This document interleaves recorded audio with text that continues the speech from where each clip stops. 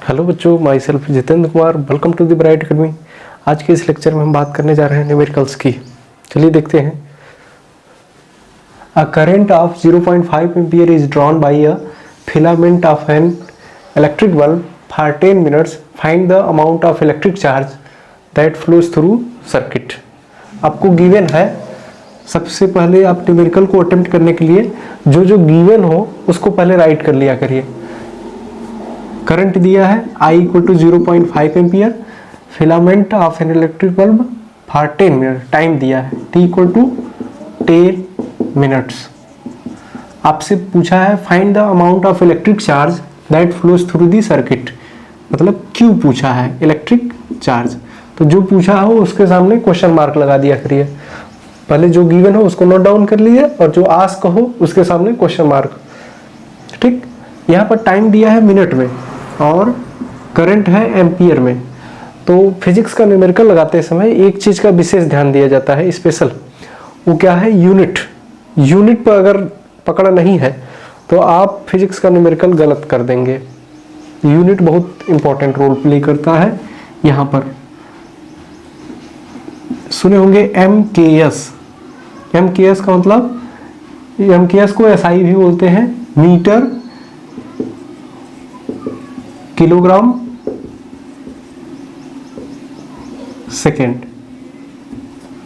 और CGS होता है, एक सिस्टम होता है CGS, सेंटीमीटर ग्राम सेकेंड। ठीक, तो अगर सारे यूनिट SI सिस्टम में हो, दैट इज MKS में हो, तो जो भी वैल्यू रहेगा पूरा MKS में रखना पड़ता है। या तो अगर CGS में वैल्यू गिवन है तो सारे वैल्यूज CGS में ही पुट करेंगे। यहाँ पर एम्पियर जो है MKS सिस्टम में यूनिट होता है, इसलिए हम टाइम क्या रखेंगे? सेकेंड रखेंगे। मिनट न तो MKS में होता है न तो सेकेंड में। टाइम का यूनिट MKS में भी सेकेंड होता है और CGS में भी सेकेंड होता है, इसलिए यहाँ पर हम सेकेंड में कन्वर्ट करेंगे। 10 equal to 1 minute equal to 60 second, 60 से मल्टीप्लाई कर देंगे, टाइम आ जाएगा 600 सेकेंड। और फॉर्मूला होता है I equal to Q/T, current equal to charge upon time. Charge पूछा है, क्रॉस मल्टीप्लाई कर लीजिए, Q equal to I into T। Current की वैल्यू गिवन है 0.5 और टाइम दिया है 600 सेकेंड, मल्टीप्लाई कर देंगे 30 आएगा और एक डिजिट के बाद डेसिमल लग जाएगा। Q की वैल्यू आ गई 300 कूलम। चार्ज का यूनिट क्या होता है? कूलम।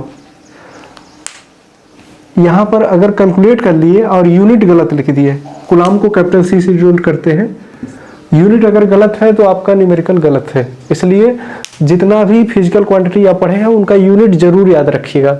यूनिट अगर नहीं याद है तो न्यूमेरिकल आपको अगर लगाने भी आता है, कैलकुलेट कर दिए, वैल्यू एकदम सही से निकाल दिए और यूनिट कूलम लिखने के बजाय आप एम्पियर लिख दिए तो न्यूमेरिकल गलत।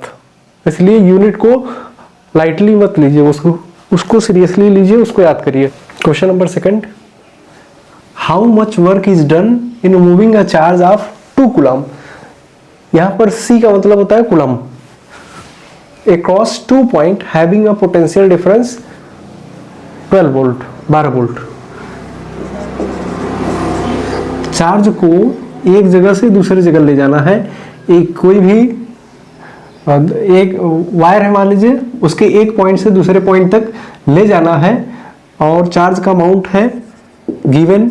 सबसे पहले जो गिवन है उसको नोट करते हैं, Q इक्वल टू 2 कूलम और पोटेंशियल डिफरेंस PD 12 वोल्ट। उसके बाद बोला है कि इस एंड से इस एंड तक ले जाने में कितना वर्क डन होगा। वर्क डन पूछा है, W पूछा है, तो उसके सामने क्वेश्चन मार्क लगा देंगे। अब आपको पता है potential difference equal to PD equal to work done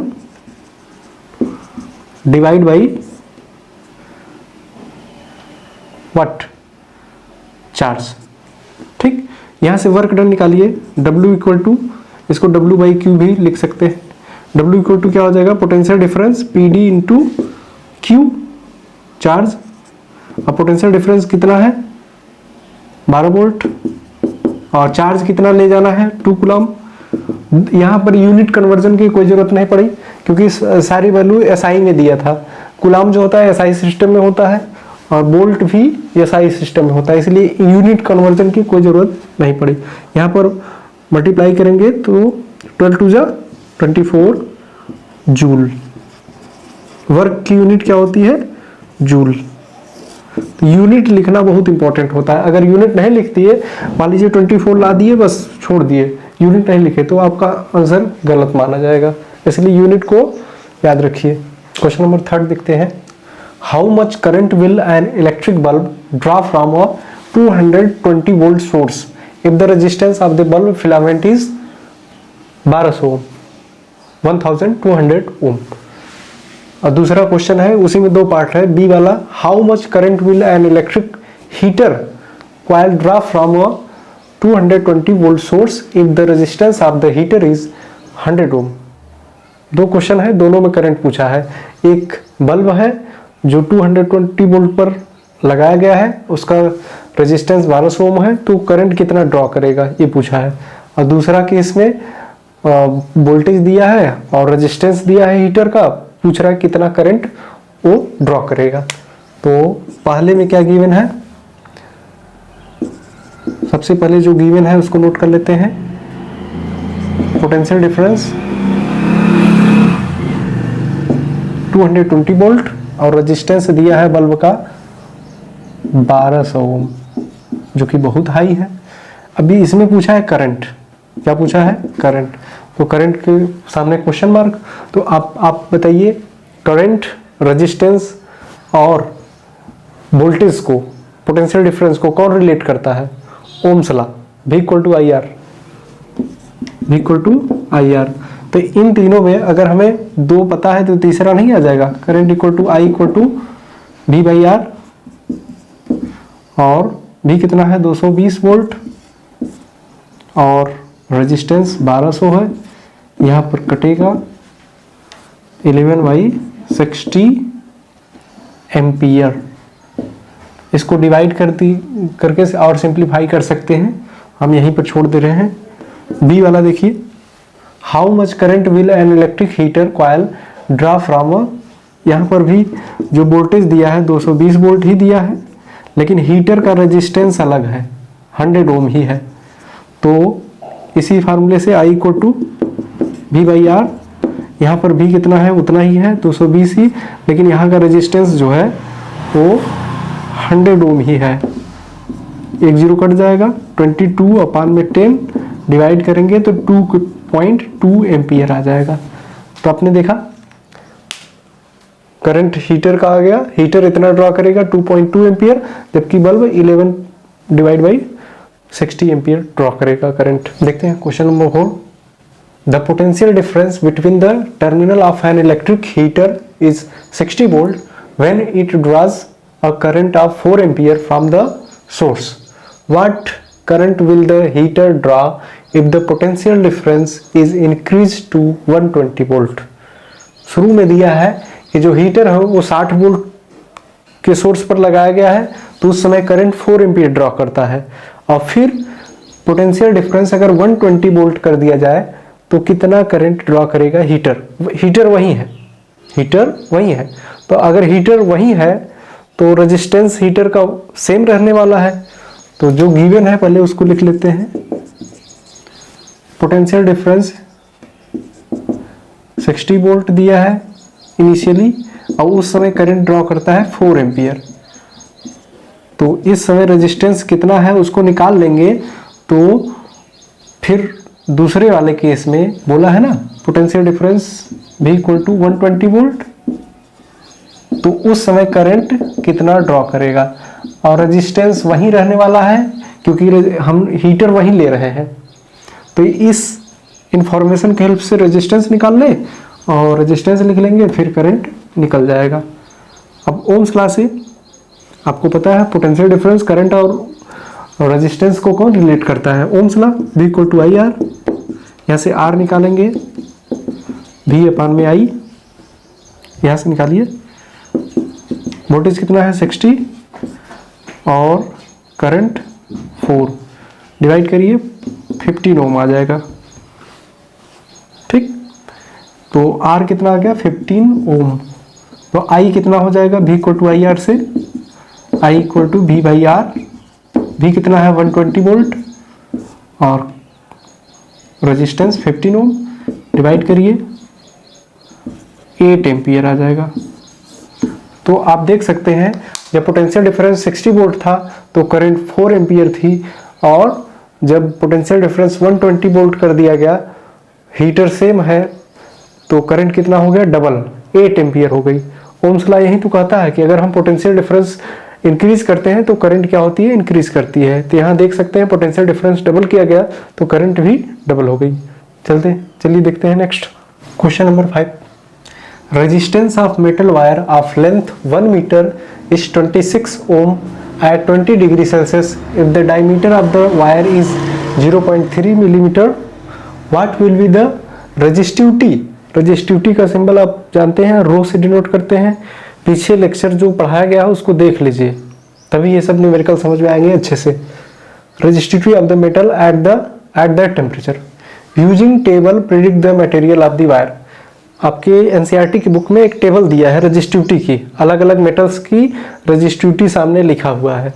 तो पहले हम जो इन्फॉर्मेशन दिया है उसके हेल्प से मटेरियल का रेजिस्टिविटी यहाँ पर फाइंड आउट करेंगे, और जो रेजिस्टिविटी आएगा उसको टेबल से मैच करेंगे, किस मटेरियल से मैच कर रहा है। जिस मटेरियल के बराबर रेजिस्टिविटी आएगी वो मटेरियल होगा। देखते हैं, गिवन है एक रेजिस्टेंस है, मेटल वायर है जिसकी लेंथ दिया है 1 मीटर, रेजिस्टेंस 26 ओम, और वायर का डायमीटर दिया है 0.3 मिलीमीटर। मिलीमीटर को पहले हम मीटर में कन्वर्ट करेंगे, चूंकि डायमीटर है तो हमें रेडियस निकालना पड़ेगा। रेडियस क्या होता है, डायमीटर का हाफ, तो 0.3 मिलीमीटर बाई 2 हो जाएगा। इसको मीटर में कन्वर्ट करेंगे 0.3 बाई 2, 1 मिलीमीटर बराबर होता है 10 के power minus 3 metre. 1 millimetre equal to 10 के पावर माइनस 3 मीटर। इसको मेमोराइज कर लीजिए, 10 के पावर माइनस 3 मीटर में कन्वर्ट हो गया। इसको और क्या लिख सकते हैं, 3/2 इंटू 10 के पावर माइनस 4 लिख सकते हैं। यहाँ से डेसिमल हटा देंगे तो 10 के पावर माइनस 4 हो जाएगा मीटर। ठीक, अब हमें पता है relation R equal to rho L by A.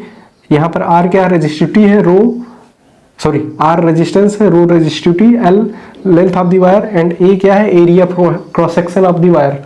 यहाँ से रो निकालिए, रो निकालेंगे RA बाई L हो जाएगा। रो ही पूछा है। अब हमारे पास क्या क्या नोन है, रेजिस्टेंस ऑफ वायर पता है, एरिया ऑफ क्रॉस सेक्शन निकाल लेंगे, क्योंकि एरिया ऑफ क्रॉस सेक्शन बता दिए हैं किसी भी वायर का, ये जो पोर्शन होता है इसको एरिया ऑफ क्रॉस सेक्शन बोलते हैं। और हर वायर का एरिया ऑफ क्रॉस सेक्शन कैसा रहता है, सर्कुलर, और सर्किल का एरिया क्या होता है, पाई आर स्क्वायर।